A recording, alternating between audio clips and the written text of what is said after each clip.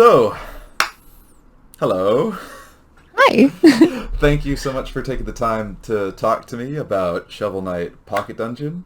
Um, and before we get into all the complex, wild questions here, why don't you just please introduce yourself? Yeah, of course. Hi, my name is Celia Shilling. I am head of marketing for Yacht Club Games, and I'm very excited to be here. Awesome. Thank you so much for being here with me, Celia. I'm Will. And yeah, so I think a big question that I have is what made you guys decide to make this Shovel Knight sequel, or it might even be a spin-off, but what made you want to take the Shovel Knight IP and put it into like a puzzle setting? Well, that's a very good question, Will. So first off, it is not a direct sequel. Just throwing Okay. that out there. It All does right. count as a spin-off game, but it is canon. It is So canon. All right. yes. So with that note, why did we start? Because we love puzzles. So for it, it's so crazy. I was just talking about this with my colleague David. But yeah, so we initially came up with the idea because we met. Okay, so rewind. We came up with it because we were like, oh, we love puzzles. And we actually ran into Vine. His name is Russell, and he was creating a game that was called Puzzle Nights. And we checked it out. We saw it on Twitter, and we were like, we love puzzles. And this weirdly fits with everything Shovel Knight related. It's even called Puzzle Nights. So maybe we should talk to him and see what's going on here. So it wasn't like a process of where we had came up with the idea solely by ourselves, but all the synergy had made sense at the time where we're like, oh, we should reach out. And then what was cool about it was it's not just a puzzle game. It has like a dungeon crawling twist to it. So it has like some roguelike elements to it. So it's like you're solving kind of puzzles with patterns, but at the same time, you know, you're starting a new run every time when you're playing it. And like you can customize on each run by collecting relics. So like there's a lot of process to it, and I feel like I'm condensing it a lot. But in short, that's kind of like how it started and why puzzles. I wanted to ask about Vine, and I did not know that Vine is just one person. Like I had no idea that it's just one person who was making a game that caught you guys' attention. So why don't you tell me more about Oh yeah. Tell me more about Vine. Tell me more about like how that happened and what's been like working with them. Yeah, so for that, okay, I'm like in true Yacht Club game fashion. Of course, we found another solo developer, and we're like, "Hey, you have a cool game. You want to work together?" I don't know if you're familiar with Cyber Shadow, but we released that in January, and it was the same thing with Mechanical Head Games. It's one Okay. guy named Arne. So for this, so yeah, Russell is Vine. He is a very talented developer, and he was creating this game, and he's like, oh, it's cool. And when we had approached him, we saw him posting GIFs every day on Twitter, and we're like, oh, that's really awesome. Want to work together? And he was like, yeah, that sounds great. I was going to push this game out like tomorrow, but let's work on it and see where it goes. And then 3 years later, we're releasing it. It's been Wow. a very Wow. awesome process. Russell's always down to do anything and everything. Our team, what differs this game from like Cyber Shadow, for example, Cyber Shadow, it was like Arne's game. We gave polished feedback, but his design direction was what, his way, everything he wanted, his vision. But Okay. for Pocket Dungeon, it was a more collaborative process. All right. When we had approached him, Puzzle Night was a very different but similar game. Okay. Obviously, it didn't have Shovel Knight in it, but Yeah. it did have synergy with the game. So it like they had similar enemies. Like they had skull guys and they had like little slime like characters and Yeah. ghosts, which fit really well with Blorb's bone clings and Invisishades. And like there was a character that used a shield. So and there was like similar items. And so like it just really fit really well. And so Okay. working with him on that process, our team's very hands-on with development on it. What's also, I guess, different from this project isn't just Vine working on it. He needed help. So we pulled the team together. We found found Caesar, we found Mig. Mig's a very talented pixel artist. Oh my gosh, he's so cool. And like Juju, and we found like tons of people, and we built the team around that. You know, we pulled in Jake Kaufman for music. He's a super talented dude. And yeah, we put this game together. We did the writing for it. The story is really charming. I'm excited to talk a little bit more about that. And yeah, it's been great. Wow, that's actually really cool. I didn't know that so many new people were brought on to work on this new Shovel Knight game. Like, was the original team also involved, or you actually brought in other people that weren't part of that? Like, was the full original Shovel Knight team involved in this spin-off game, or was this kind of thing that only some of you were involved, and then you looked out, and then you went to get other people to help you out, or how did that work? So for that, yeah, we were involved. It wasn't like we're like, okay, later. So like David's involved. We gave feedback. Like the team gave a look at it. I know Sean did like a heck ton of passes on copy. It was everyone's availability of what they were able to work on. We are a hands-on team though, so all of us were like testing the game, before submitting it to lot check. We all like made sure everything was cool with it. So it was a hands-on process, but at the same time, we did let like the team that we put together flourish and focus on like what they wanted for their vision for it as well. That's cool. If my timing is correct, then does that mean that you guys were working on Pocket Dungeon at the same time that you were finishing up the last DLC for the core game for Treasure Trove? So for that was a little bit behind, like I guess before my time.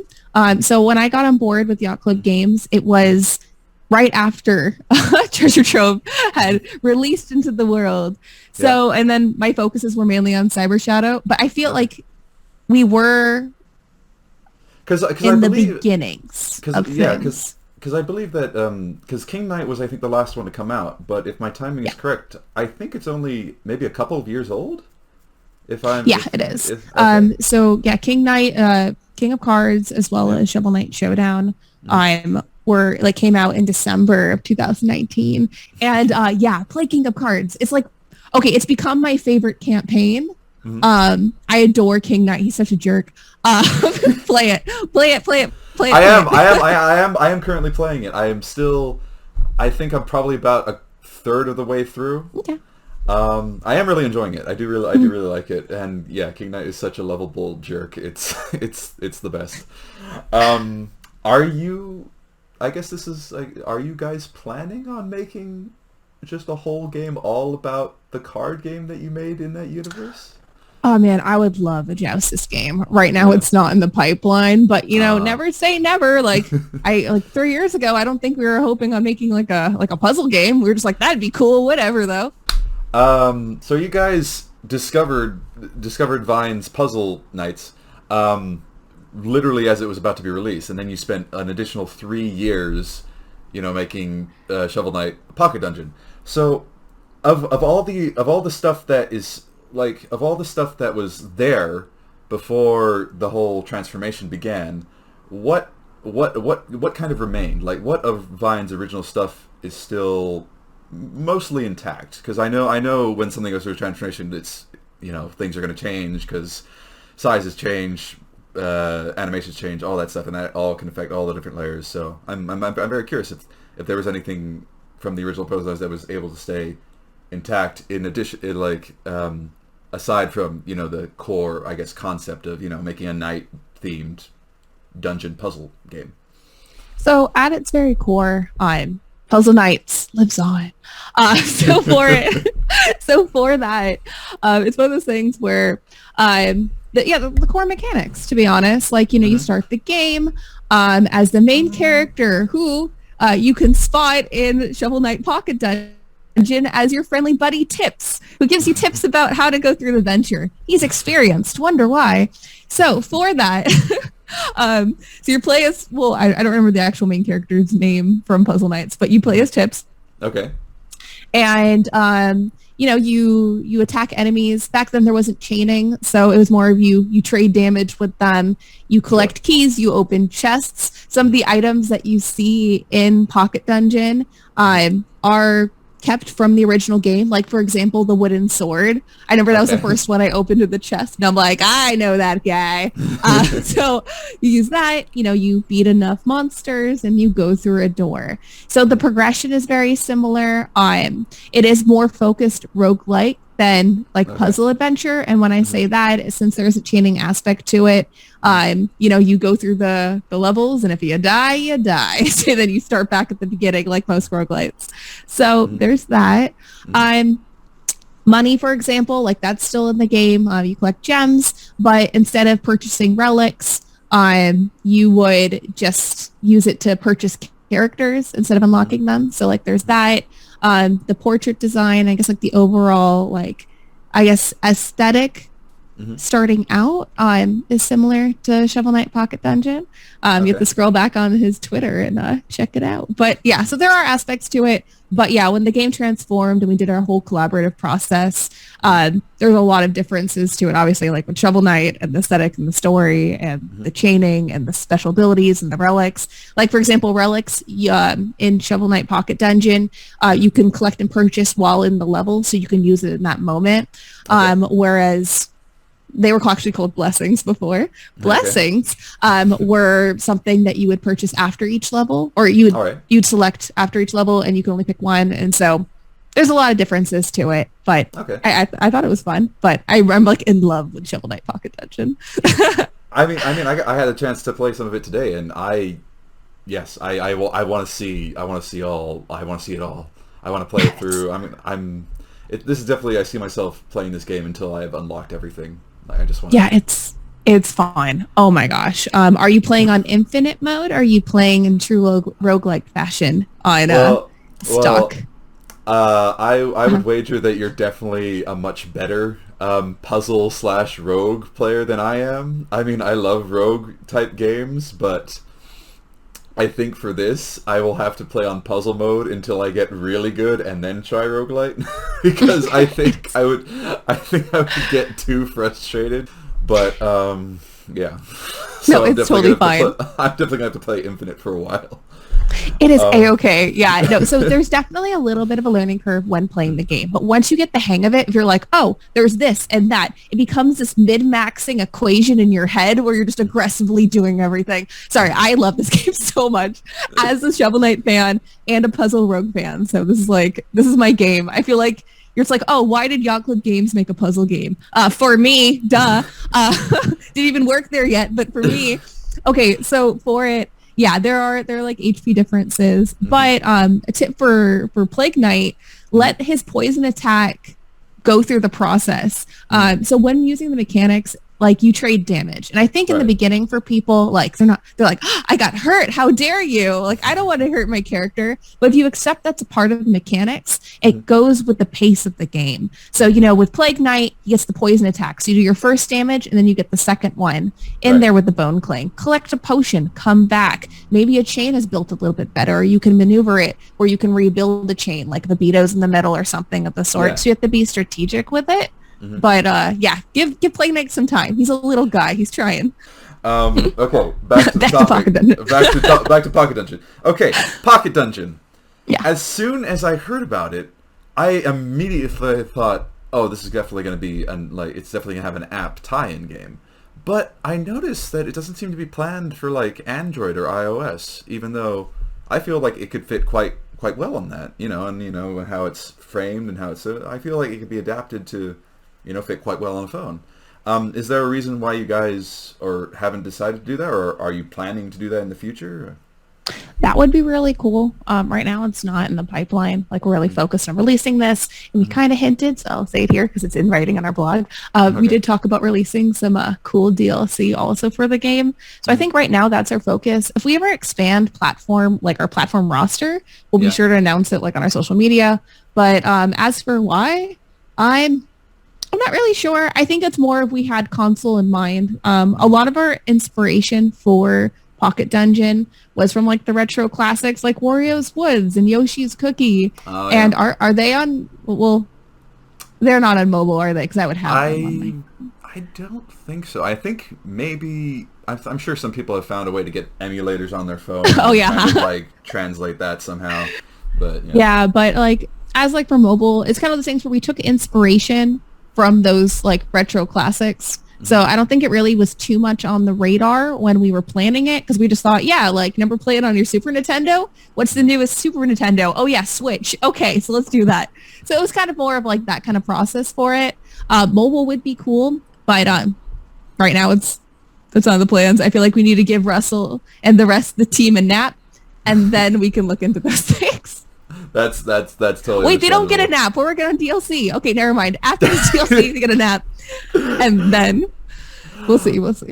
That's actually another thing I wanted to bring up, because first of all, the DLC for the original Shovel Knight is great. Like, I think every single episode of Treasure Trove is awesome. I think the Plague Knight story is awesome. I think the Spectre Knight story is awesome. I think the King Knight story is awesome. And it shows that you guys put a lot of effort into them, because each episode is sort of like a full game in itself. It is a full game. So, yeah. So it's like, is that how you guys always approach like your next projects? Like, do you approach every new title with the idea it's like, oh, we are definitely going to make DLC for this? Like, there's definitely going to be new chapters, or we're going to expand on certain characters and give them their own tie-in thing, or we might even add like a new game mode, or even just more chapters to the core game. Like, do you guys always tend to go into a new project with the I guess the expectation that you're going to be working on DLC for it, or the desire to just work on DLC for it? So initially, I know with Pocket Dungeon, we didn't really think about it, and then we got so obsessed with the game that we decided that we had to. So that's how Pocket Dungeon happened for their DLC. It just became a love, like it just grew. But for Shovel Knight Treasure Trove, so the reason why they have 5 like whole campaigns within it is because they were promised during the Kickstarter. So we go way back to 2014. You know, Sean, was David, Ian, like the whole crew were like, we'll make a game, and if it gets funded, we'll make more, and we'll add a body swap mode, and one of the games will be a fighting game, and another a card game, and like they're just throwing on things. They were just so excited. They're like, let's do this. So I don't think it was like our philosophy is to always make DLC. It just kind of happens because we're passionate. I can't wait to like start playing with friends like once it releases on Steam Remote Play, and then just like slam dunking the competition. I want to be the first. I feel like I don't count because I'm the marketing person, but like I want to be the first competitive Pocket Dungeon player and just slam dunk everyone. You should. You should definitely. I mean, as a marketing person, I feel like you're totally in your right to just start a Twitch be the face of the Twitch for Yacht Club, and try and just be like, this is my Twitch. I only play Pocket Dungeon, and every day I'm just gonna try and be the best. That is my. I'm just like slam dunking fans. Who's next? I'm kidding. There's an official fan Discord for Pocket. Well, not just Pocket Dungeon, because they have it for like Shovel Knight, anything themed. It's called the Order of the No Discorder, and nice. like they keep on posting about like different Pocket Dungeon updates, and I'm like, I can't wait to like fight you guys. About some of the art, the sprite art, and just the character art in the game. I recognize a lot of the enemy types and a lot of the characters from the original from Pocket from the Shovel Knight universe. Is there anything from Puzzle Knight that's still in there, like character enemy models or character models that are still, I guess, like, is there, like, you mentioned that Tip used to be the hero of the original game, but were any other characters or enemies brought over and kind of just, I guess, okay, so Tip was enemies, not so much. Those were all Shovel Knight characters from the Shovel Knight series, and it's because it fits so well. They had ghosts, like every single thing was just like, oh, we have our version of that. Cool, high fives. The treasure chests were brought out. The keys, those assets were. Okay. I would say like smaller things like that more than anything. I'm probably missing something. The Vine logo is in Shovel Knight Pocket Dungeon. I don't know if you've explored the campsite. Explore the campsite. There's a lot of secrets in there. I have. I did find some things. I felt very proud of myself when I. Okay. We don't want to spoil too much, but there are some fun things in there hidden, and there's one that I didn't even know until recently, because my coworker's like, Blank is my favorite character. I'm like, who? And they're like, if you know what I'm talking about, we won't tell you much. But I was like, who's that? And they're like, haven't you explored more? And I'm like, I thought I did. And then I discovered the character, and I was just like, oh, I've played 100+ hours of this game. And I didn't even know that.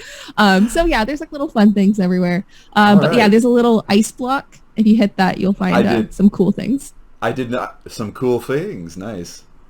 Or was that unintentional? I don't know. That was nice. There's my one. All right. Well, yeah. I guess when I get back into it, I'm just gonna start bumping into everything and see what I can find. Throughout the 3 years, I know 3 years is a lot of time to try and keep track of everything. But is there one particular moment during that time that you guys felt was particularly challenging? Yes. Okay. So let's turn this into a positive, because it really, honestly, it really is. Okay. So throughout the process, there was a lot of love that went into that game. And there's a lot of cool ideas, tons. And then the team would come up with something cool, and then Russell would be like, heck yeah, that's awesome. Let's throw it in. So I would say the most challenging thing about the game, for the most part, was that we came up with too many cool ideas. And it's like, okay, we got to stop throwing cool stuff in there because we got to ship this game or it's not going to come out. So I would say that's the most difficult.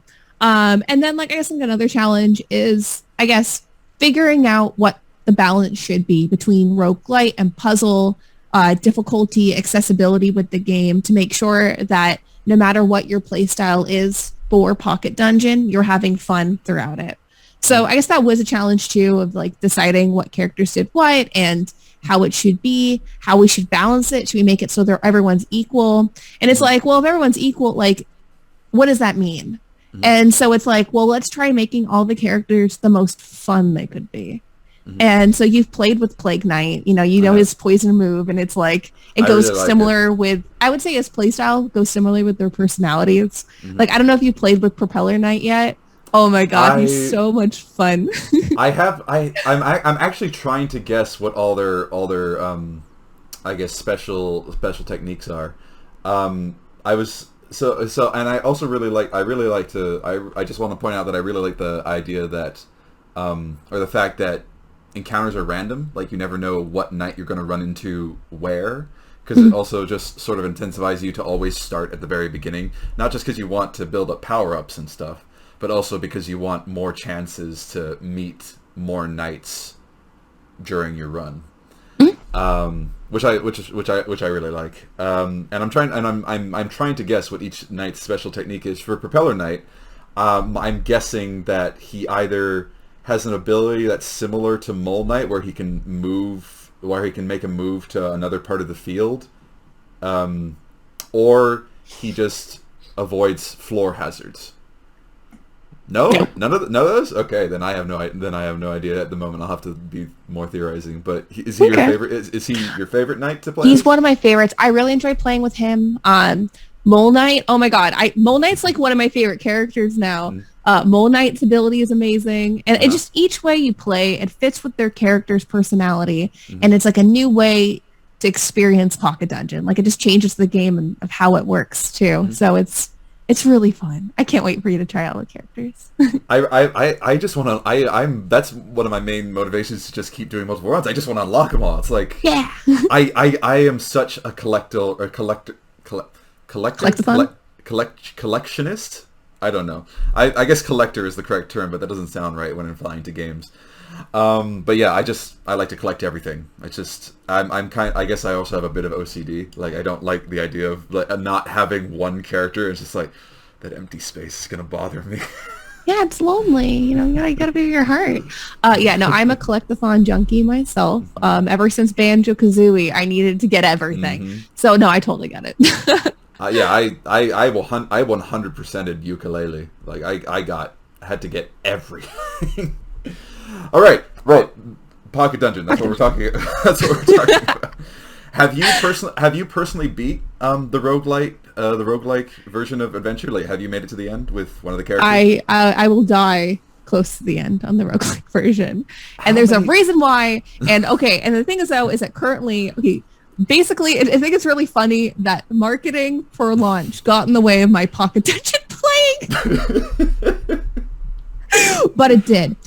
So I made a strategy for myself, and I'm like, I'm going to do it. So once the games comes out, I'm going to just stay up late. Like, I'm going to take the day off the next day and then just go through the game. Because like, you know how there's different relics, different abilities. And the way that they stack gives you different end game goals. And so in my head, I'm like, okay, so when I fight certain characters and I go through certain things, how do I have the best advantage when going in? So I made a plan, and I will get there on one life. Mark my words. But besides that, yeah, like I've gone through the game plenty of times, just not on the one life. And the cool thing about Pocket Dungeon is that like if you go in the game mode settings and the adventure mode settings and all that, you can choose how you want to play. If you want to make the whole game randomized, you can do that. You can add stock. So if you want to practice, you can go up to 9 stock for the roguelike style. You can also just do infinite mode if you're like, let's go that route. You can turn off items, you can turn off relics, you can do a bunch of fun stuff and wacky things with the game. But if you mess with the game settings like that, it will turn off achievements. So just note that.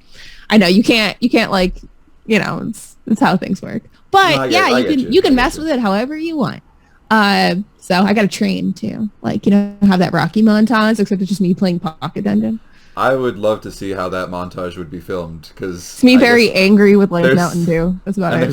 And there's only so many angles you could take from someone sitting in a chair playing a game. I do this because I play on keyboard, which normally people use a controller. But I didn't have a controller at the time when I started playing, so I was just like, well, guess it's keyboard, and then now that's my choice style, and I feel like I'm Hacker Man because I'm like typing real fast. So that's my life. I'm controller all the way. I'm not very keyboard savvy, but I could definitely see how this game would work with a keyboard, because you really only need just the arrow keys, right? Yeah, arrow keys, and then E for items, then R for special. You can also change it, but that's mine. I mean, that works. I can see that. Okay, yeah. Sorry, I'm getting aggressive for no reason. What's up? No, I get it. People will defend their play styles. Okay. Well,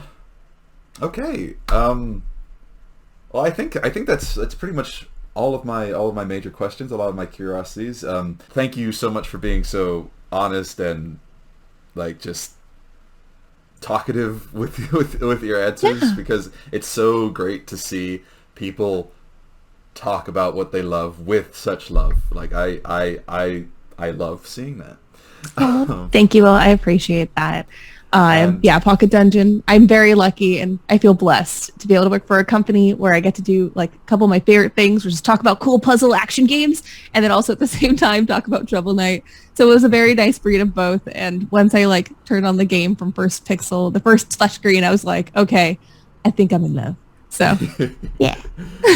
I see, and I think that's an amazing feeling. Before we wrap up, is there anything that you would just personally like to say? Anything at all? Oh, I don't know. Oh, the pressure's on. Well, okay, just to wrap up on Shovel Knight Pocket Dungeon, it's going to be coming out December 13th on PlayStation 4, Nintendo Switch, and on Steam.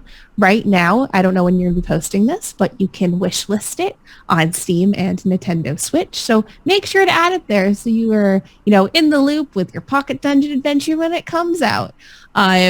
And if you have any questions about the game, I post on Twitter daily under Yacht Club Games, or it's a company Twitter. And I post daily updates about the game, different GIFs, different screenshots, bunch of fun stuff. As we ramp up to release, we're going to have a lot of more cool stuff coming out, so keep an eye out for that. If you want to check out our other social media pages, we have a Facebook page. I post the same stuff there, so if you're a Facebook guy, you could do that too. And it's facebook.com/Yacht Club Games, and we have an Instagram. I'm going to post on it more, I promise. And that is at Yacht Club Games. We have a TikTok, but we don't use it, but it's there. Also Yacht Club Games. I'm gonna have to edit all these things. They're gonna be popping up on the screen up here. How dare you not have it right now in our recording session? I'm kidding. And then also we post a lot of fun blogs, the instruction manual, and a cool game fact page about Pocket Dungeon and our other games like Cyber Shadow and Treasure Trove and all that cool stuff on yachtclubgames.com. So I think those are all of my plugs for Shovel Knight Pocket Dungeon. That's coming out December 13th. December 13th. Save the date. Yeah. All right. Thank you so much for talking with me, Celia. Thank you, Will. It's been a real pleasure, and it's been a lot of fun. And yes, please, good luck. Good luck with all the future Yacht Club game stuff. I mean, you guys have just been making great stuff, so I'm personally excited to see what more is going to be added to Pocket Dungeon and what's going to come after that. So I'm very excited for the Yacht Club's game future. And yeah, thank you so much. Thank you.